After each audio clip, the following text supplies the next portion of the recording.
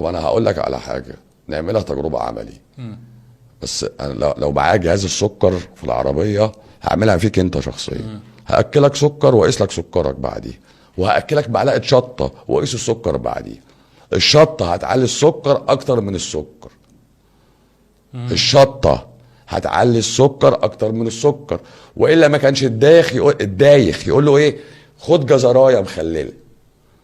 مش عشان ضغط واطي، هي الفكره كلها انت بتشغل جهازك الهضمي، فجهازك الهضمي بيطلع هرمونات ومخك بيحس فيطلع هرمونات. يعني اول حاجه بهرمون بيصحصح الدماغ الهستامين، بيطلع من بطني من معدتي فيطلع على دماغي فصحصح. عشان كده لما بتاكل، في اول ما بتاكل عينيك تفنجل تبقى اليرت. حتى بق الميه، عشان كده السيده عائشه رضي الله عنها وارضاها لما سالوها قالت يمر الهلال ثم الهلال ثم الهلال ولا يوقد لدينا موقد. فقالوا لها وعلى ما تطعمين؟ قالت على الاسودين الماء والتمر. ثلاث اهله، يعني حوالي 70 يوم مثلا، هلال واختفى وهلال وهلال، فثلاث اهله. ولم يوقد موقد يبقى مفيش عيش مفيش خبز اصلا. ما هو الخبز عشان كده قالت لم يشبع آل بيت محمد من طعام خبز يومين متتاليين. النبي بتاعنا كان بيربط حجر واثنين وثلاثة على معدته عشان يصبر نفسه من الجوع رضي الله عنهم وأرضاهم. فيسأل عمر وأبا بكر يقول له ما أخرجكم في هذه الساعة؟ فيرد الجوع والله ما أخرجني في هذه الساعة إلا ما أخرجكم. يبقى يا باشا الجوع سمت حضرتك. انت فاكر انت جاي الدنيا تنعم؟ ما ده برضو مبدأ ضد الدين. عرفت الدين بقى دخل ازاي في جوه القصة؟ ده ضد الدين، لان انت فلسفة خلقك انت مش مخلوق تعيش هنا، انت هتمشي. فعشان كده دايما ربنا تلاقيه يكلم المجرمين يقول لهم ايه؟ ارجعوا الى ما كنتم فيه مترفين. مجرد طرفك وشعورك بالاستقرار هنا والامان يبقى انت ضد فلسفة الاله وما فهمتش هو خلقك ليه. لان لو خلقك تعيش يعني تاكل وتشرب وتتمتع، هروح اقول له ايه طيب؟ انا يعني اروح اقول له انا عملت 10 مليون وخلفت 10 عيال. طب هيقول لي طب وانت انت مش كان معاك امانه تسلمها؟ اهو انا بفكر حاطط دي في جيبي واقول ده انا نسيت. هل هفكر انا في الحرب اللي دايره عليا بالانتقادات بالاعتراضات؟ لا، انا هفكر في حاجه واحده بس. ايه اللي جاي انا هعمل ايه؟ يعني لا، مين اللي هيقابلني وانا بموت دلوقتي؟ عمر بن الخطاب ولا انا فيهم اسوه يعني. وهو اما جه يموت فواحد بيقول له يا امير المؤمنين، قال له لست اميركم، لست اميركم. خلاص ضعوا خدي على التراب. باشا انت بتعرف ساعتها ان التايتل بتاعك اللي هتقدم بيه اي حد ملوش لازمه. احنا دورنا في الحياه زي ما قلت لك من شويه مش دكتور مسلم. لا لا لا لا لا، شيل دي خالص من دماغك. انا عبد اصلا واتخلقت هنا لظروف معينه. انت بقى عندك دي فيها اختلاف، انت مش عارف ايه الظروف المعينه دي. انت كلامك انا بعبد يا باشا. ما هو انت لو ربنا خلقك تعبد اله خالق وعبد مخلوق يبقى دي مفسره. لكن انا عبد ومخلوق وبتهان. يعني انا مش عبد بس، مش بصلي فروضي في وقتها في جماعتي في المسجد وبس، او بصلي وبزكي وبس. لا، ده انا بتحارب في شغلي وبتحارب في اكل عيشي ومراتي مطلعه عيني وعيالي محتاجين مش عارف ايه وعليا اقساط ايه وقسط مش عارف.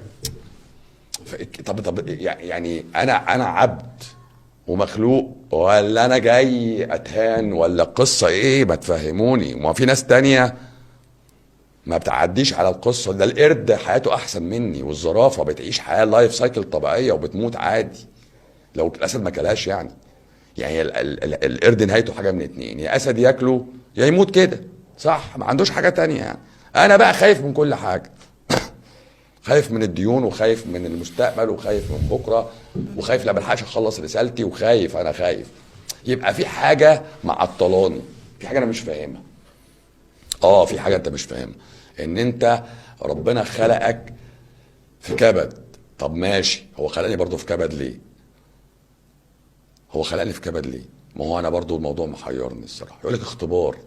طب هو مش الاختبار يبقى كفايه ان انا اصلي واصوم؟ ولا لازم كمان اصلي واصوم وانا كمان في حواليا ناس بتضايقني؟ يعني اجي اصلي يقول لي لا وراك حاجه تخلصها الاول، اجي اصوم يقول لي لا ده الصيام بيتعبك. هو ربنا اما فرض مش عارف؟ ما تبقوا يا جماعه ما تتوهونيش بقى، ما هو في حاجه صح وحاجه غلط خالص. بصراحه انا قلبي رمى على الصح بتاع ربنا، لان ده سرد الهي. لو انا مؤمن ان الكتاب ده بتاعه يبقى هو اللي فيه صح. لو هتقعد تقول لي بس العلم قال وتركب ده على ده، انا ما بفهمش دي. انا بفهم الامر الصريح وبعرف انفذه واعرف ابعد عن الامر اللي مش صريح. فعشان كده قلت لسعادتك ربنا لما خلق البني ادم في صوره حاجتين، ذكر وانثى، وذكر وحط معاه 4 ازواج من الانعام، ده مخلوقين عشانه. اولم يروا ان خلقنا لهم مما عملت ايدينا انعاما فهم لها مالكون. ايه ده؟ ده انا عاملها لك بايدي واديها لك مسخره. الانعام فيها سر. بص انا شفت مره فيديو زمان كان برضو فيديو محير ليا شويه، في واحد اسمه الشقيري، شاب اسمه الشقيري مذيع. لقيته مره جاي بيقول ايه، الدراسات بتقول ان لو اختفت الذبابه من على وجه الارض، الحياه على وجه الارض تنعدم بعد 6 شهور. ومش عارف النحله لو اختفت بعد 3 اسابيع. عشان التوازن البيئي يعني. الايكو سيستم. فانت تيجي تبص فعلا تلاقي ربنا خالق صقور ما تاكلش غير الرمم، النسور قصدي، ونسور ما تاكلش غير العظم، ودبان بيتلم على الجثث، ودود بياكل في الجثث. يبقى معنى كده ان انت عايز حد يلم فضلات، فربنا خلق فعلا ايكو سيستم رهيب. المهم الراجل عمال يحكي ان كل حاجه في الدنيا في الكون ليها وظيفه ما عدا الانسان. قال لك لو الانسان اختفى من على وجه الارض ترجع مروج وانهار والجو فيها يعتدل والفصول هتتغير باختفاء الانسان. ايه ده؟ ايه اللي حضرتك بتقوله ده؟ فانا الصراحه المعلومه كانت صادمه. الكلام ده انا من حوالي 15 سنه، صادمه جدا. يعني ايه اللي انت بتقوله ده؟ ما هي يعني تجعل فيها من يفسد فيها. يبقى انت رجعت دين. طب ماشي، طب هو فعلا يبقى كلام الملائكه فيك صح، رايهم صح. فلقيت الرب قال لهم اعلموا ما لا تعلمون. ايوه.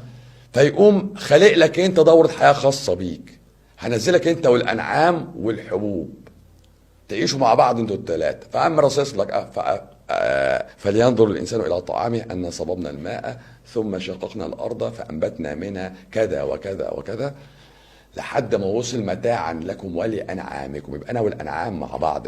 وخلي بالك ده انت بتتعب لهم، اصل انت بتزرع لهم عشان تاكلهم، عشان تستفاد منهم، صح؟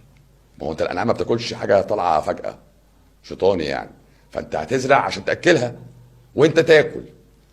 فانت بقيت تاكل انت وهي من نفس ذات النفس. وبعد ما تكبر عندك وتخلف لك تقوم مرضعها، فتاخد اللبن تقوم عامل منه انت جبنه وتاكل وتشرب. وبعد شويه تعجز فانت تقوم تذبحها واكل لحمتها، وتاخد دهون الاحشاء والمفاصل بتاعتها تولع بيها نار، وتاخد جلدها تعمل بيه. وربنا قال كده تتخذون من جلودها ايه بقى غير اللبس؟ لا، تعمل بيها بيوت في الظعن والترحال، خيم. فانت لبسك بخيمك باكلك بشربك انعام.